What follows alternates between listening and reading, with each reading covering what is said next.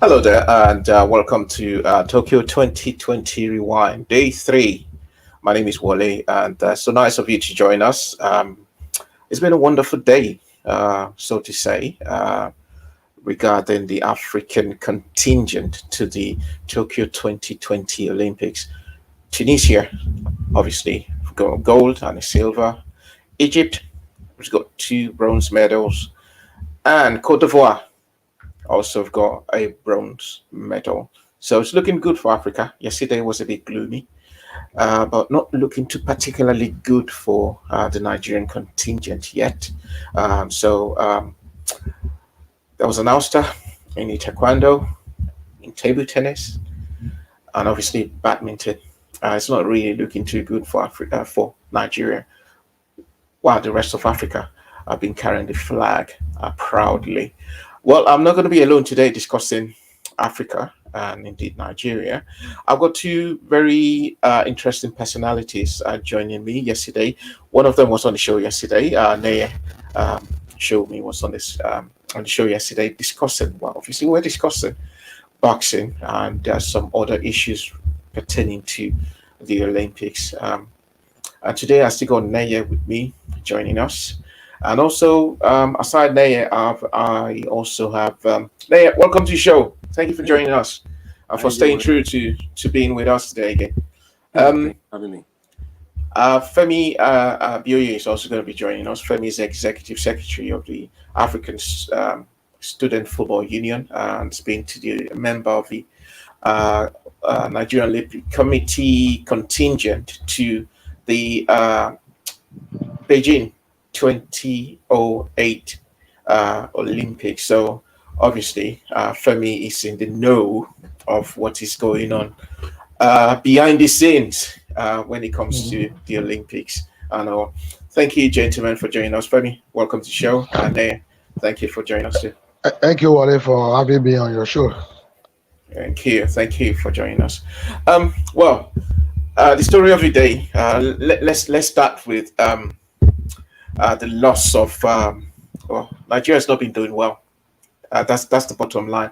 Although it's still young, we just day 3 into the Olympics. Femi, let me start with you. How would you sum up so far Nigeria's performance at the Olympics? Bearing in mind it's just day 3.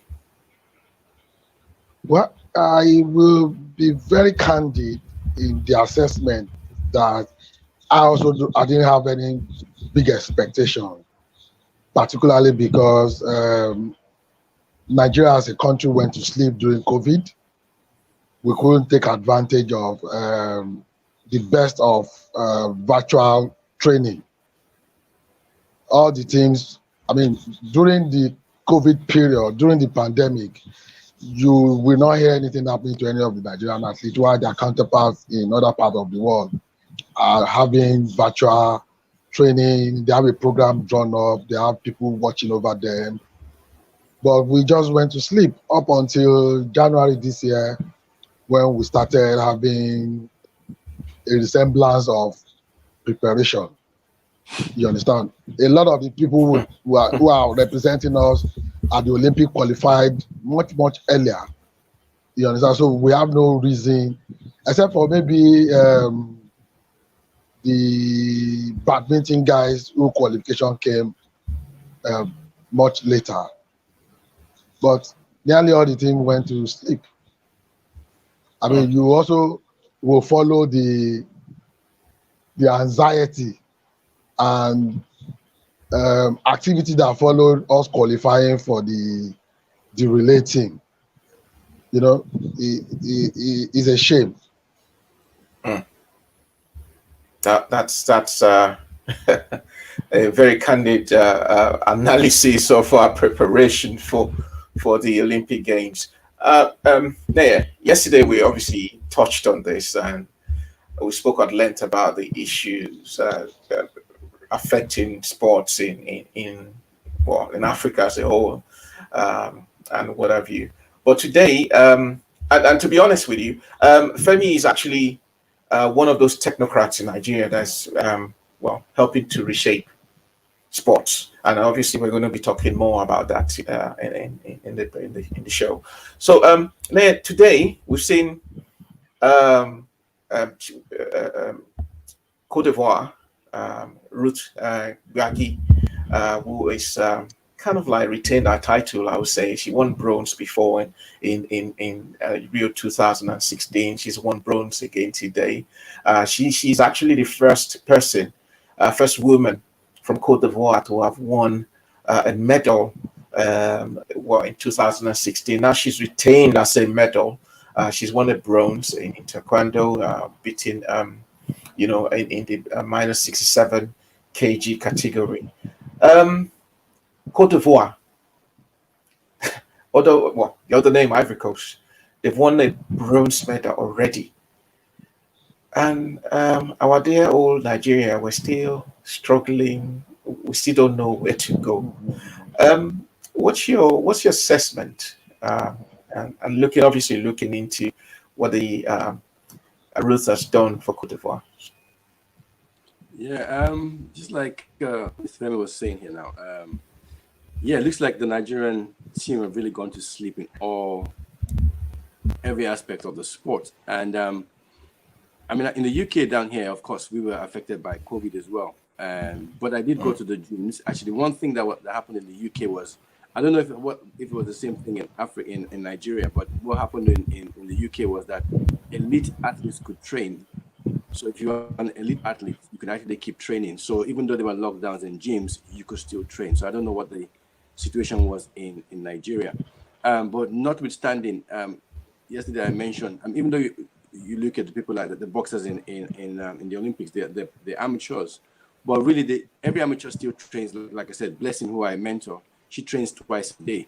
So really, if maybe the governing bodies they couldn't get their acts together, athletes should still be able to train. But then again, they're going to be limited by the sporting body. So if, for example, an athlete is training and then the sporting body can't put together airfares or organize training trips, because there's one thing you're training by yourself, but then, because one of the things I think it was the Nigerian Super Falcons, the girls were talking about, or I think it was an athlete I was watching, a Nigerian athlete, just like an old tape, and she complaining that they don't actually get them to run, so they're actually training by themselves, but they don't have the whole team running together. So I would say that yes, maybe the individuals are training by themselves, but then of course the governing bodies still have work to do.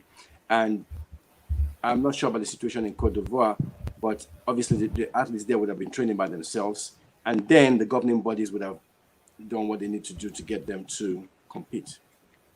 So of course, we're going back to the same old story about Nigeria really, not pulling their socks up.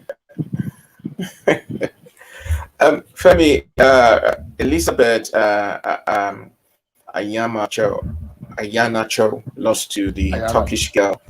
Ayana Cho lost to the Turkish girl in one of the 67 today, which was obviously really sad. And I spoke with Chika Chukwumerije right after the loss, and Chika, obviously, what he said to me was, we're actually looking forward to 2024. This was more like a test for the young girl, and she's done all she could, although she was really devastated because she was actually looking forward to following in the same path as Chika, who is obviously a mentor. So with that done, that was more like one of the best medal prospects for us in any of this competition. She's falling by the wayside. Well, should we at the moment start looking forward to 2024, or do you think we're just going to the Olympics this year as a jamboree? We're just going there despite the COVID. We just go there for sightseeing. Do you expect at all that we would get, even if it's a bronze medal in this Olympics? Well, let me start by saying that we all know that the principle of Olympism is participation. So true to that, we are participating. And I mean, it's to also learn what you said, Chukwumeride said to you. For me, if you look at most of the clubs of the athletes that we presented at this game, they are about the youngest sets that I can recall. You understand? Except for maybe Funke Oshinaike, who has attended I don't know. for no, Funke Oshinaike has attended like 4 Yeah, Olympic. Yeah, 7 Aruna actually. maybe 7. Hmm. Oh, I was thinking 4. So others are just rookies, so to say. And I believe that, like you said, this is actually when planning for the next Olympics should start. But the sad commentary about that is the fact that right now there is no association that is in place in Nigeria. They all have caretakers. So who is taking note in some of the federation? You understand? And when they come back, it will be struggle to start putting people in the boss of the federation. So we actually have a fundamental issue that need to be addressed. And happy you mentioned the fact that we're looking at a new sport policy, which we believe we usher in this kind of processes that makes it very convenient for you to look forward to possibilities. Yeah, one of the things I actually looked at today was I was looking at a girl of young, the girl that played that lost in the table tennis, and I was looking at her progression and some of the events some of the competitions she's went to, starting from the All Africa Games, World Championship, the Olympics in Rio. The data I got was always exit first round, exit second round. Blah, stuff like it was like a recurrent thing with regards to our data. How come Nigerian officials, and maybe I don't know, maybe this is actually true to most Africans, they don't read data, they don't work on data. Okay, there's a trend that this girl she's going out first round, and we're talking about since about 2010, 9, 10. At the Olympics, first round, second round, prelims, and what have you. Is what has data got to do? I suppose my question is, what has data got to do with increasing athletes' performance at any chosen competition? Right. Actually, that's good, because actually today I was actually just analyzing. So we have like 48. We had 48. Well, there were 33 that qualified. I was wondering where the other ones came from. Anyway, so we actually had, when my count on it, we had about 48 boxers actually in the tournament, right? And we just had the first round. So a few fighters had the bias for the next round, right? But out of those 48, in this first round, 15 got knocked out. So they're out, right? That's almost half the team. And I was just looking at it, and like you said, it was just straight away I could see the analysis there. And I was like, this happens all the time. So whether it's UK Olympics, whether it was Rio, you see the pattern all the time. They're getting out of the first round. So it's very simple. Like you said, there's data there. What do we, and so I was looking at it, I thought to myself, okay, even like right now, you can see that the Algerians they're actually into the next 16. So I can see that, okay, the ones that got knocked out were probably like Mozambique, Kenya, the African nations. So you can see that already there's a technical flaw. These guys are doing something else. So like you said, there's something to learn. It was just very evident. I could see that. I could see the trend there. The Algerians are going to move into, so I can almost predict how far they're going to go. So it's the same thing with Nigeria. And just like the question that you were asking about, people are saying, oh, should we just look at it and say 2024? Okay, if you go to 2024 and you don't assess, you're just going to get stopped. You're going to get out in the next round again. So it's like, what are you going to do with this time? What are you going to do with this data? So you're going to need some technical people that will come in. It's not just the coach that is not just, you have to get people that are going to come in that are going to be technical, coach properly, and be able to put. So it's more than just boxing now. It's more than, we need to actually go very technical to be able to address this kind of thing, because it's very clear, it's glaring in your face that we're not going to do anything special. Can I add? Exactly, Femi, So Exactly then, one of the things you have said that resonates with me is the fact that um, we are not following the best international practices when it comes into developing and molding our athletes. There is data is very important in today's sport. Analytics has become the order of the day. Artificial intelligence and technology is no longer a is a must. You understand? And the way you build up athletes these days, you got to bring in all these things into play. But the Nigerian team is still playing the analog way. So what do you expect? A coach, you will see here a coach telling a boxer, bah, telling him just eat. What is he eating?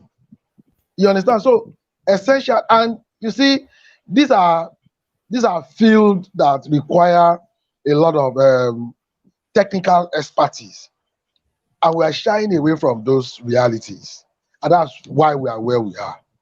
I mean, all over the world, you must be able. If you have a coach who does not understand how to read or to analyze an athlete, he's failed.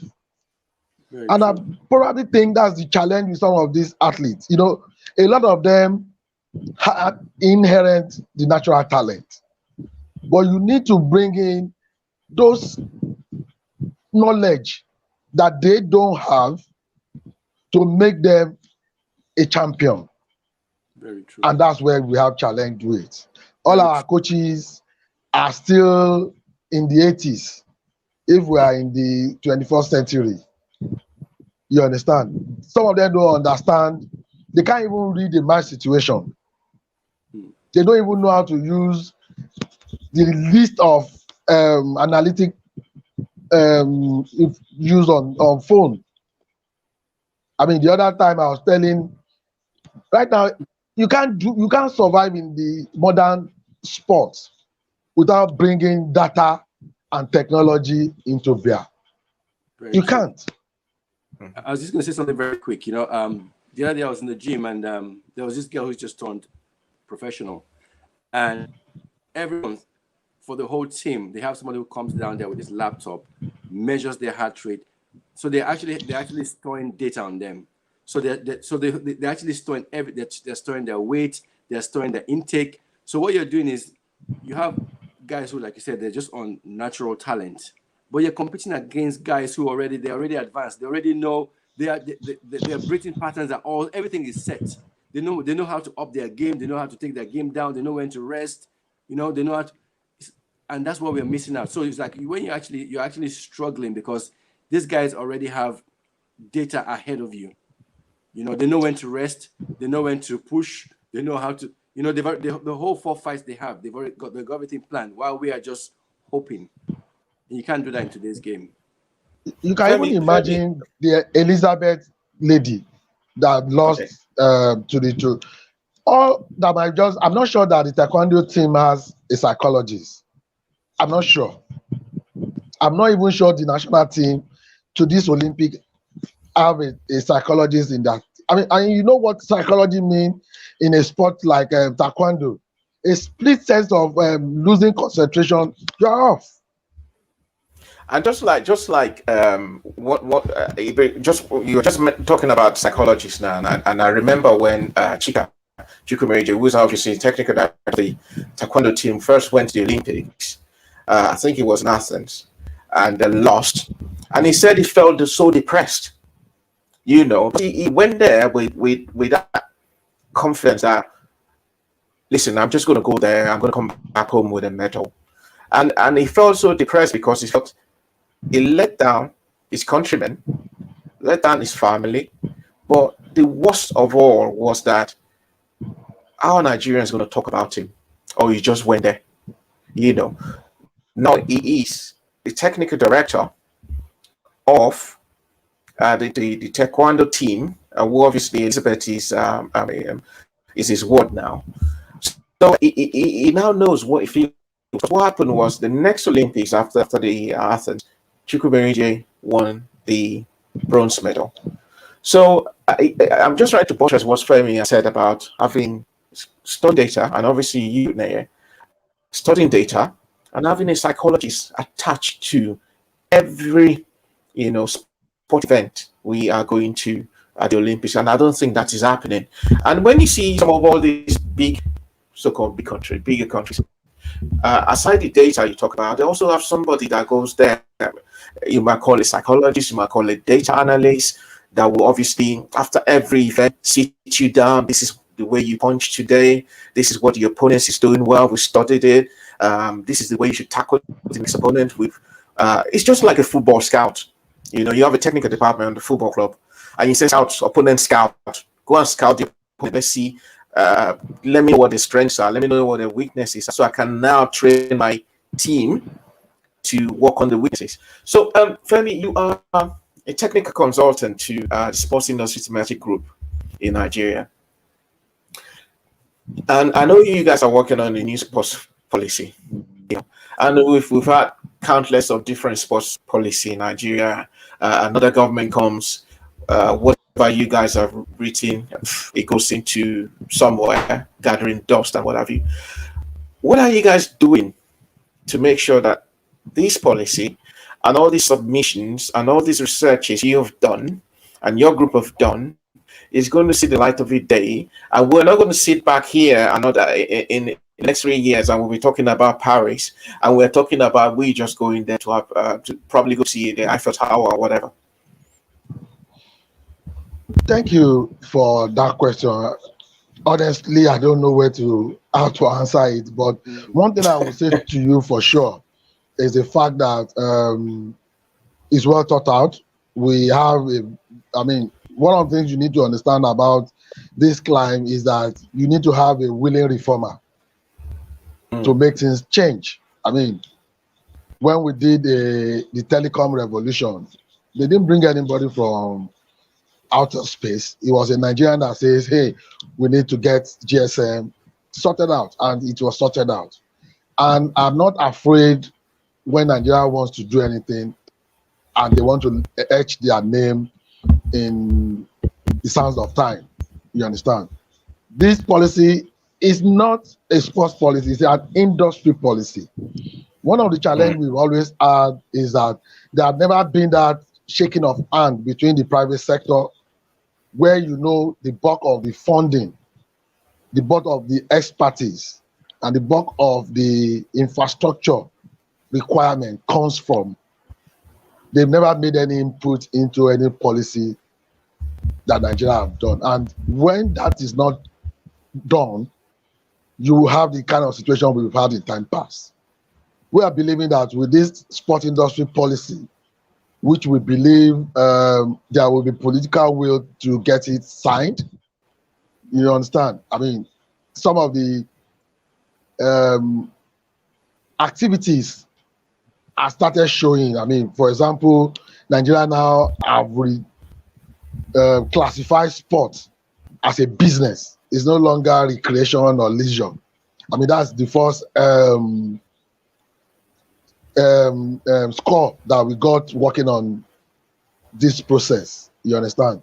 And the next one is the fact that there is also a presidential order that the Nigerian Football Federation should produce a 10-year master plan. And you and I know that you can't produce a master plan without making industry consultation. So, to my mind and to the rest of the group, we believe and we know that it is something that will happen, and it's going to happen very, very fast. Naya, are you convinced? I know you've got lofty ideas for boxing in Nigeria, and obviously you started that with the mentoring of Blessed, who is we're actually obviously looking forward to one day competing at the Olympics. What's your take on the? I think that's a breath of fresh air. I'm just looking at it because we talked about that of air yesterday, and we talked about the fact that we kind of mirrored the music industry, and one of the things that you said was the reason why they're so successful is because the government is not involved. And really, it's just good to hear that you can actually, well, they're pushing for things to make business, sports a business, because that's what it is, and just the way Nigerians are as a people anyway, we have this flair, we're very free, we're very entertaining, and it's like those people are put in a box by the government. So what you need them to be just like the movie stars or the music stars are. Just let them be free, and that's what I said. It's like, let them market themselves, let them create entertainment, but that can only not run in an industry where it's because sports is entertainment, and it's big entertainment. So yes, definitely that would be a great push, and I believe that once that thing kind of gets rolling, other sporting groups will take that step. I can see it working, and it take a while, but it's something that's definitely needed, because Nigeria cannot carry on like this. We just can't carry on, because we're not producing anything. We're actually killing the talents, because everybody there wants to run away. Everybody wants to just get out of the country. I mean, like, I talked to the boxers in Nigeria, and they're like, there's no point. It's just, all they're thinking about is they just want to get out of the country. So you definitely, but if there was something to if they had this hope and they knew they could make money in the country and they could become individuals and live a good life, everybody be happy. Okay, guys, we're going to take a quick short break, and when we come back, we will be looking at I don't go with Ghanaian, who one is about that one is about there's Tete Sulemanu, who won on point against Rodrigo Mate de la Rosa in the round of 32. We're just delve into boxing a little bit, and then we continue with our analysis and obviously the way forward for African sports, and indeed going deep diving into Nigeria itself. So we're just going to take a quick break, and please, guys, stay there. We'll be back in a minute.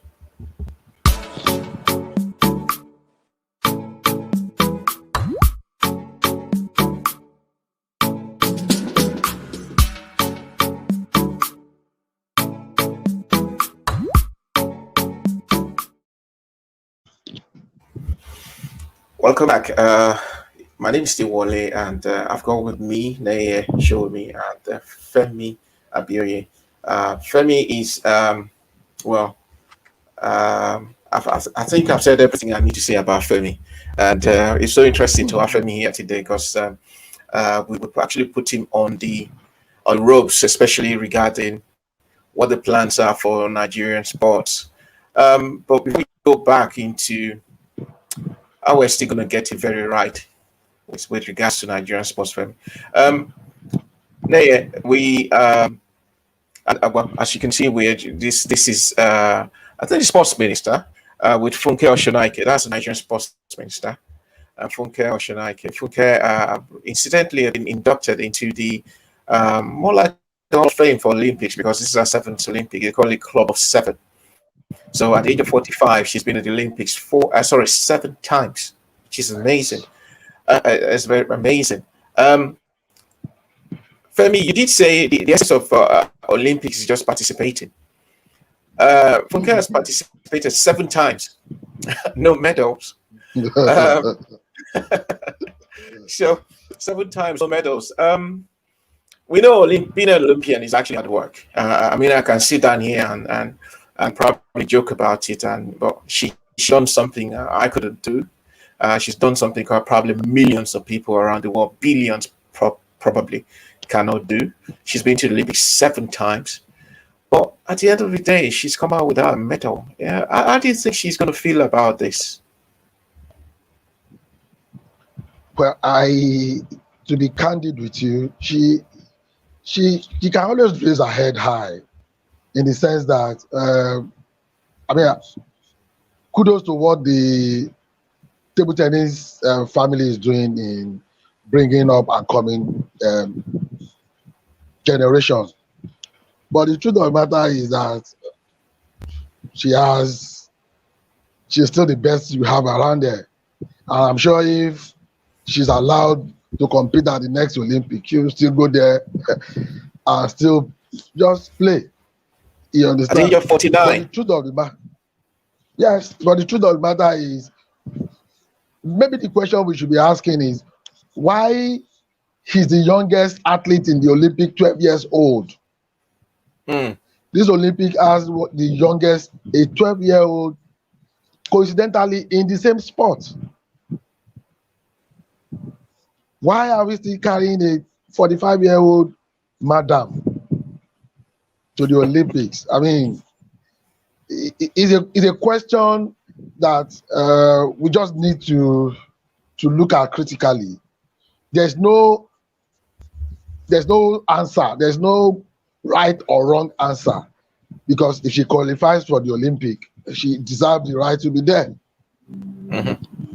But what are we doing to make sure that the upcoming generation can surpass, I mean, those participation part of the table tennis going to the Olympic?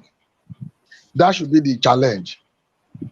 And it also should be a challenge for Oshinaike too, because the sport needs mentors. I mean, these days, athletes are not just only athletes, they are influencers. You understand? Somebody like I need to take the influencing gauntlet and help, if not unheart, the next Oshinaike Funke who will go to the Olympic to win, because she has both the experience, you understand, and the technical know-how by now to make a difference in the life of a budding female athlete. Now, yeah, you obviously heard what Femi just said now.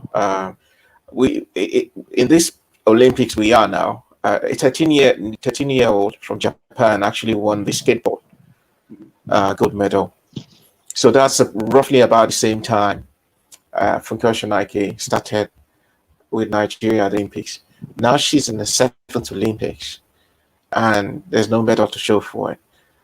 How valuable do you think our experience of being to the Olympics 7 times would be for the young ones coming in, playing table tennis and probably looking up to her? How valuable do you think that experience will be? And what do you think she can actually bring to the table for these young ones coming? That's a tricky one. I mean, of course, as Femi was talking, I was just thinking about it, and I'm thinking, when you're in sport like this, people might look at it and think it's table tennis or it's boxing, or you're putting in hours and hours and hours and hours, right? Training and getting your skill. That means there's some things that you're not doing. You probably have your education is probably on the side, right? You're not working full time, because this is what you're really doing, right? So the thing is, when you're looking at these guys who have gone to the Olympics, like Oshinaike, right?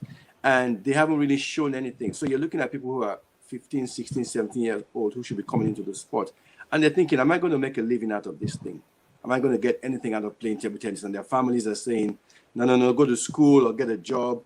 And so it's a difficult one. I wouldn't really put it on her as the athlete, but I'll put it on, like I said, we talked about the industry already. So the industry is not glamorous. There's no money coming from it. So why would, that's already evident in the fact that she's the one that's there, because you don't have any 15, 16, 17, 18, 19, 20-year-old. So for like, there's a 30-year gap. So obviously, table tennis is not glamorous. You're not hearing about people making money or making a living from it. So people don't want to invest their time. They don't even want to. So they're only going to go for. I mean, that's why. Let's look at music for instance. So rather than me going to learn how to play table tennis, I want to follow Davido, who's making money doing music. And that's what it is. But if you look at someone that's playing football right now, you look and say, oh, there was Kanu that was playing football. He was making money. So that's the thing. So I think it's just the industry. It's not that glamorous. People don't think they're going to make that kind of money, and there's no encouragement from either the private sector or anywhere. No one's going to give you any money to actually put in that time. So that's what I think. I would say personally, that's where the issue is. Femi, one of the things I had a conversation with some people recently, and one of my submission was, why do we always keep, I know we have to qualify for the Olympics, okay? No matter what, rowing, table tennis, badminton, taekwondo, whatever, you'll have to qualify for. But why don't we always play to our strength? With the Kenyans, They know that when it comes to the long distance races, the East Africans, the Ethiopians, they know when it comes to that long distance races, forget about it. They would always pick a medal. If it's not gold, they will pick a silver. Sometimes you see Kenya gold, silver, bronze, or the Ethiopia. Or let's just say the East Africans. They share the medals. You see them on the podium. You don't see any other person, and they play to their strengths. You never see the Kenyans or the Ethiopians probably sending in sprinters, or maybe they don't qualify, but they just play to their strength. Can we, as Nigerians, actually do that?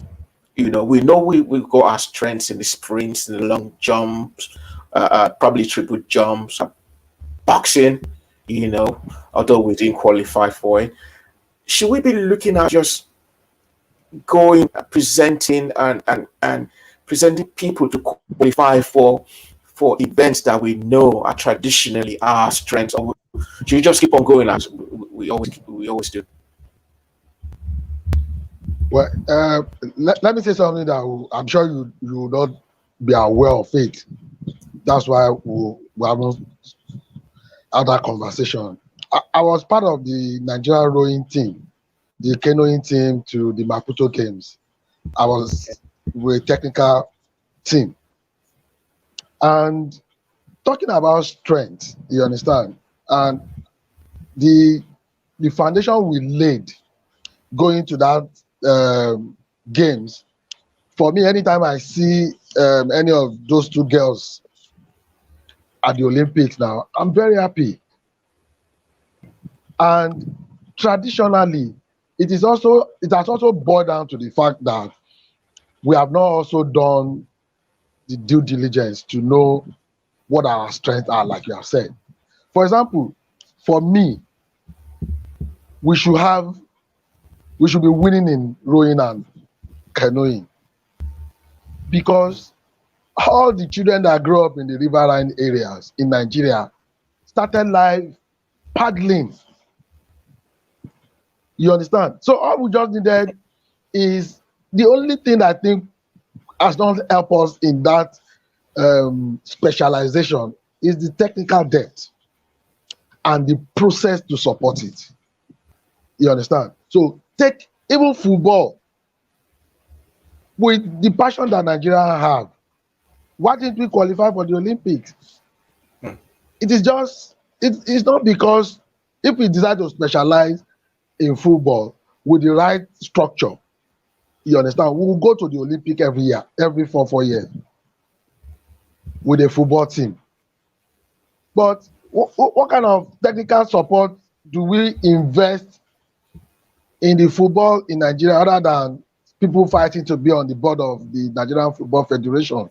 I mean, I was ashamed recently that there is no video analysis or video, somebody who does video analysis in the whole of Nigerian Football Federation. Wow. Neither do any club. I mean, recently it was when Shehu Diko led LMC organized a video analysis workshop for coaches. You understand? And that to me is even a misnomer. Is it coaches that you should be organizing that for? It is to develop a crop of young, vibrant, techie guys who understand technology. You understand? So putting it together, what we don't have across all the sports is the right process and the technical know-how to make it a specialization that will not only see us participating, but see us winning medals. We only need a coincide. I mean, look at, if you ask any of the Nigerian Federation, they don't even have a roadmap for the 4 years that they are there. I'm yet to see a Nigerian Federation produce. Anytime I Google on the net, you will see serious countries, you will see their plan for the next 4 years. Why should it be a presidential order for a Nigerian Football Federation to have a 10-year plan? I mean, the truth about it is that if you can't write it down, it's difficult to achieve. So we need to be able to put process and leverage technology to get that specialization, if I get what you mean correctly.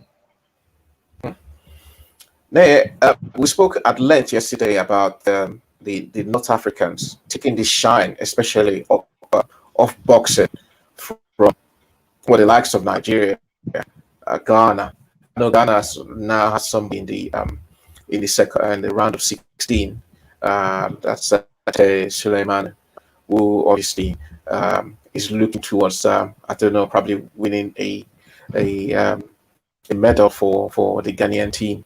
And Ghana, we know, used to be very good at boxing. Nigeria, Ghana were like the powerhouse of boxing in Africa back in the days. You know, that it's always if it's not Ghana, it's Nigeria. You know, back in the days we used to have countless boxing tournaments, either in Nigeria or over there. Azuma Nelson will always come to mind when you think about the Ghanaians, world champion and whatever. Oh, the North Africans slowly are taking it over from us in the West. Is it part of what Femi has just said that they not analyze? And I think you did mention a little bit yesterday that what they now do is they analyze the boxing, they provide data. Should we be copying them now? I mean, there's no shame in copying a fellow African country. If you can't beat them, join them. In the past, we used to have the Cubans, just like we said yesterday, providing that top coaches for us to teach us how to box. But the North Africans are slowly taking over now. Should we be looking at their template on how to make amateur boxing take its pride of glory or pride of place in Nigerian sports? Definitely, definitely. I mean, the way forward really is to adopt a whole different way to training. When you look at Ghana, right? Ghana actually put a lot of boxers in the competition, and the reason why they're doing well is because Ghana has, they have an industry when it comes to boxing. So down in Bukom, they're training even from like 5 years old. They're training. Everyone wants to be a champion, and they're really training very well. And like you said about the North Africans, I mean, when you look at technically, the North Africans are just a little bit better than Nigeria. They're not. You actually look at, they're not actually even better than the Nigerian fighters. When I actually analyze them, they're not actually. It's just that they have exposure to a lot more international competitions. They're always, so whether it's the World Championships, they're there. African Championships, they're there. So they're always competing and just getting a little bit better. While Nigeria is still losing track. We're actually going back in reverse because we're not there. Obviously, number one, we mentioned they don't have the right training facilities. They don't have the data and all that. And so if we did have those things, Nigeria would definitely be unbeatable in Africa. Because we already have the guys that are good. So to answer your question, definitely we need to actually get the template. So it's not just the template on the training. We need the data. We need good nutrition. I mean, I was speaking to Blessing the other day, and I said to her, "What vitamins do you take?" And she didn't know what I was talking about. I was like, "What vitamins do you take?" Like, what do you mean? I had to explain. So, okay, there's some things that you need to actually take, and she was like, she had no clue. So there's that education as well. So it's not just training. Like I said again, there's a time to rest. There's a time to eat properly. There are vitamins and things that you need to take. And so when you put all these things, they might be little things, but then it's what makes those guys. I mean, if you look at Tunisia and Algeria, they have nutritionists in their teams. They have technical experts in their teams. So how do you compete with those kind of people? Very difficult to compete with other people. I just go on, Femi, go on. If I had to the fact that, I mean, you just make me laugh. And the reason why I said that is how many Nigerian athletes? I mean, if I show you some pictures, because I'm very close to the team in the rowing camp, you understand? And I was ashamed on one of those mornings when I saw what one of Nigerian athletes was eating. I took a young team to South Africa to play a football championship. And We have about 16 countries, different countries in the same pool. But guess what? It's Nigerian athletes that will be the first to come to the breakfast table, and they will leave last. And they will sample all the food. That's how, and I don't know whether it's to say it's education or to say it is a mindset thing, but even the coaches, some of them does not even know the right calorie intake for a good athlete. They don't. So if your coach does not understand, what's it going to impact? And you see, where are the gyms in Nigeria? I mean, Wale will still be shocked that people still train under that tram in the stadium. And for example, now stadium has been locked out for so long now, owing to repairs. Do you have any private gyms around? No. Look, if you go through the profile of all the coaches that is doing boxing in Nigeria, what qualification do they have? So you see, we need to deal with the hard truth. You understand? And you see, one of the things people don't, I mean, it's something that pricked my mind because when I just discovered, do you know that in Nigeria, there's no coaching development pipeline?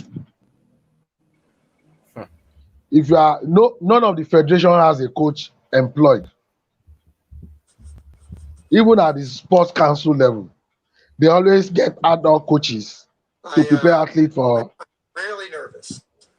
I rarely get nervous.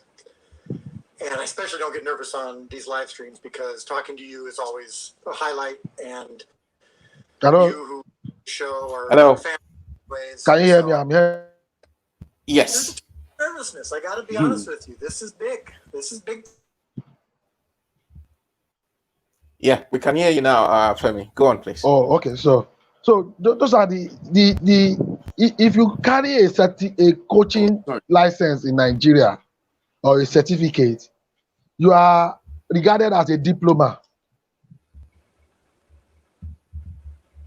But you see, these are technical things that the coaches need to come together to address.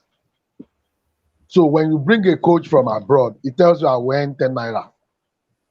But the Nigerian coaches, under the technical rule of engagement, does not have any place. Fundamental issue. I mean, you can be employed as an accountant in an office, and they will say this is your wage or this is your structure. And you can go from accountant 1 to accountant 2 to chief accountant. There's nothing like that in coaching. So it is a disincentive.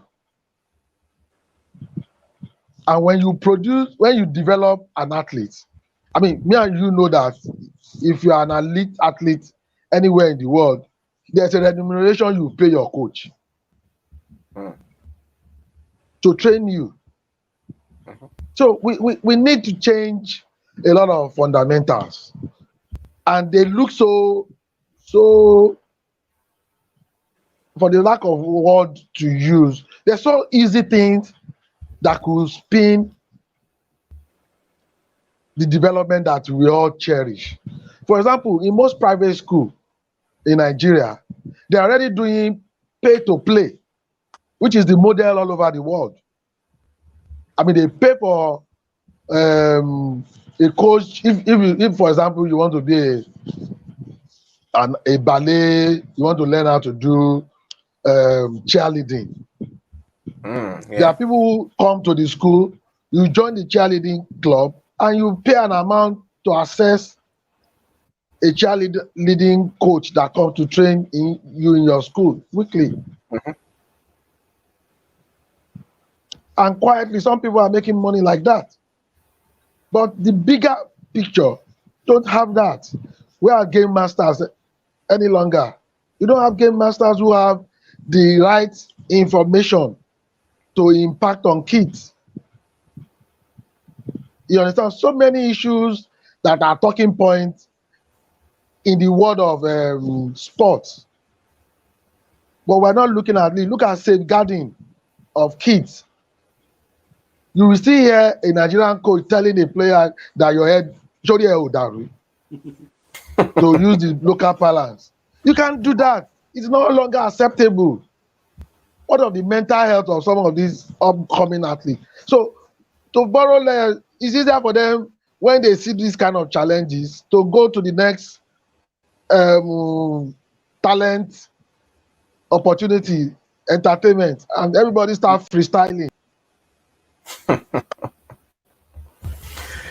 mean, we can speak or not, but the fundamentals are that we do not have the right process in place for athlete development, for coaching development, and the in-betweens, which technology has helped to reduce.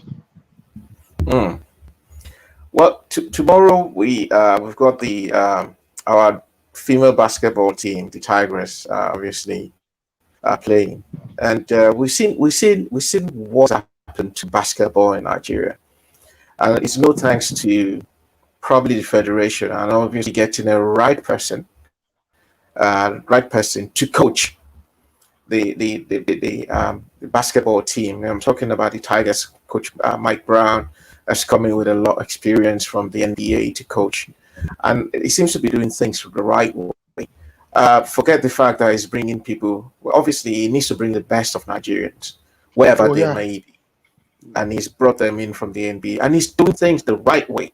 And obviously, girls are also doing things the right way. They are very visible. Everybody's talking about basketball now. We don't miss football at the Olympics. We're talking basketball.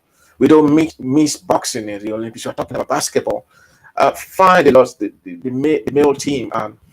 Lost their first game, but everyone is still optimistic. It's just the first game. We're losing to Australia, who apparently one of the best in the world. But everyone is optimistic. Should we be looking at the basketball template? Okay, now we go. Federation has given the coach a free hand. Do what you want to do with this team. Okay, this team might not at the end of the day be on the podium this year, but next year definitely. Next Olympics definitely. And we're seeing a progression with the basketball team. They're now very, very, very difficult to beat. Okay, so now, should we be looking at that basketball template to other sports, boxing inclusive? Is it time? Now that we don't even have the right coaches, just like Femi said, should we just go out there, bring someone who's obviously very knowledgeable? If we have to go to Cuba, we'll have to go to Kazakhstan, Uzbekistan to get a very good boxing coach. Come in here and teach everyone how to box. Should we be doing that? We need to. I mean, there's a guy. Is it Uche Eke, the guy who a gymnast? So there's a guy. Gymnast, yes, yeah.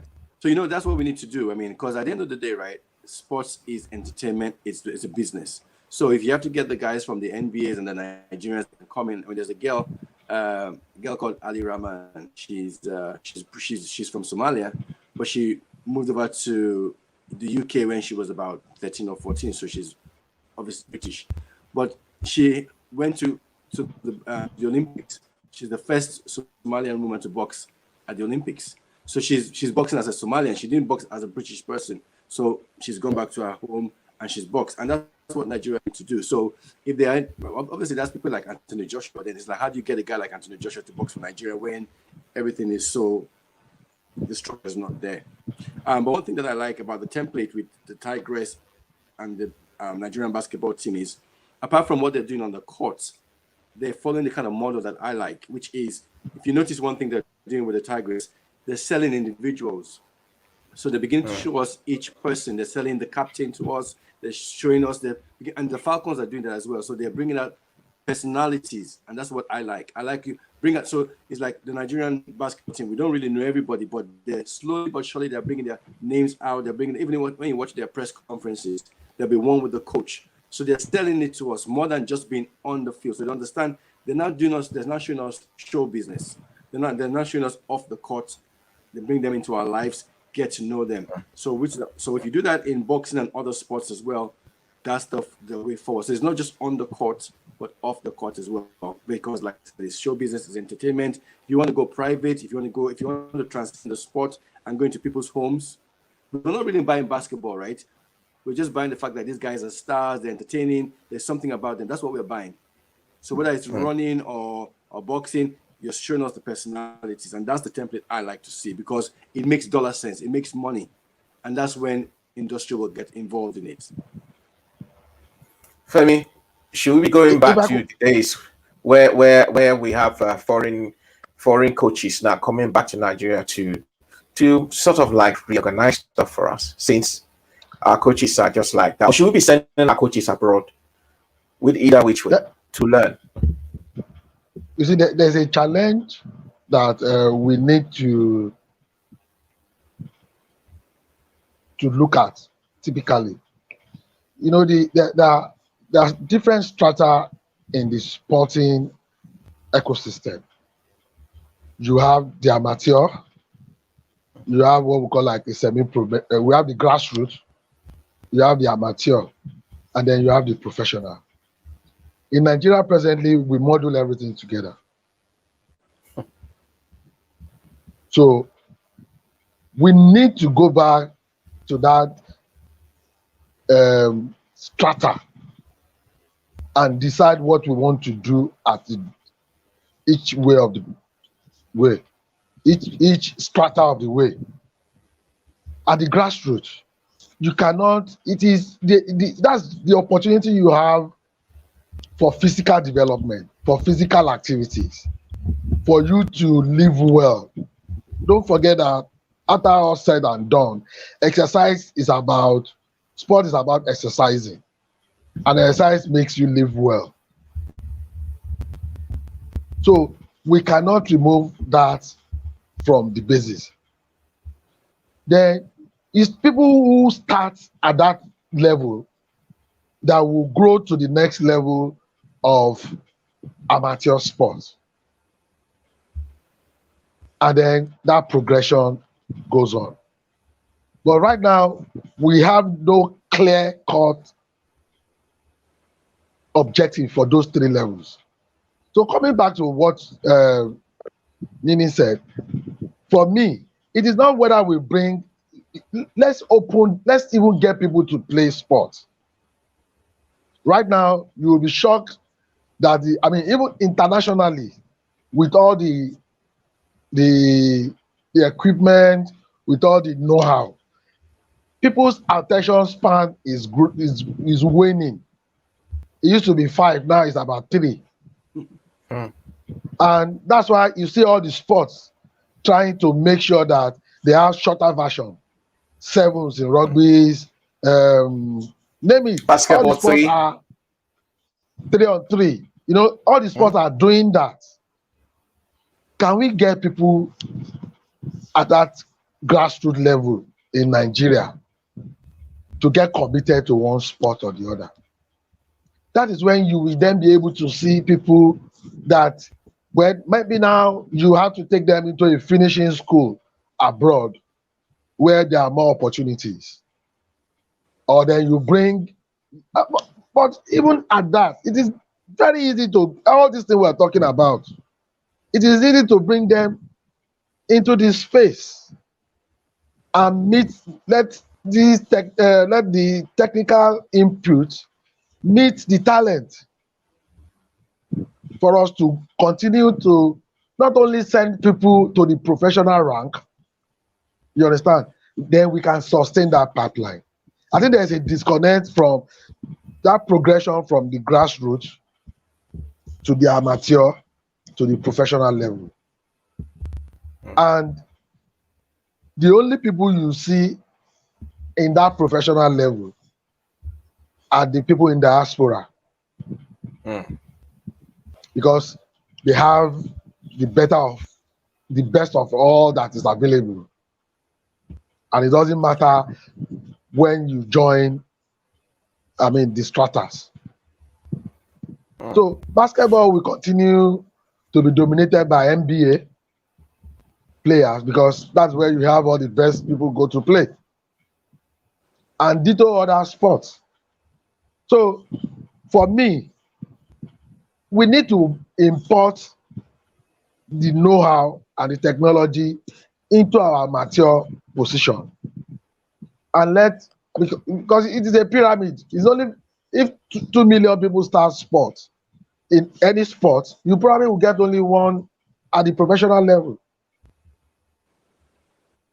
You understand? So, and the commerce or the business of sports is packed at both the grassroots and the amateur level. So if we get it right at those two levels, it's easier to get that one rough in the diamond, like Anthony Joshua or Cool. the basketball team, or name all the Nigerians that are making wave in their different sports. They are professional sport. I mean, these what's the name of this guy doing Israel Adesanya. Israel Adesanya. Adesanya. And a lot of people are following that track. You understand? There are countries of Nigeria who started, I can count a couple who started playing basketball and they got into America and they start playing American soccer. American football rather. They just analyze them and say, leave basketball. And they're doing fantastically well in their universities out there. But it's because, at least from that mature area, it was able to be identified by somebody who knows more, and they are finishing him in those. So sport is a global industry. And in globalization, the best go to the where there is money, or where the conditions are like they used to say, standard STP, standard temperature and pressure. Anyway, thank you guys for coming on the show. We're out of time now. I mean, we could do this all day because it's so interesting talking about Olympics and talking about where we need to get it right, especially when it comes to sports development in Nigeria. Because if sports don't develop, how can we get it right then at the Olympics?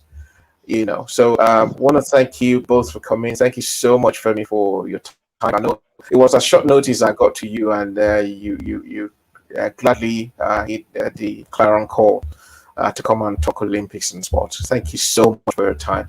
Naya, I appreciate it. Thank you so much for coming on the show again today. And let's do this again.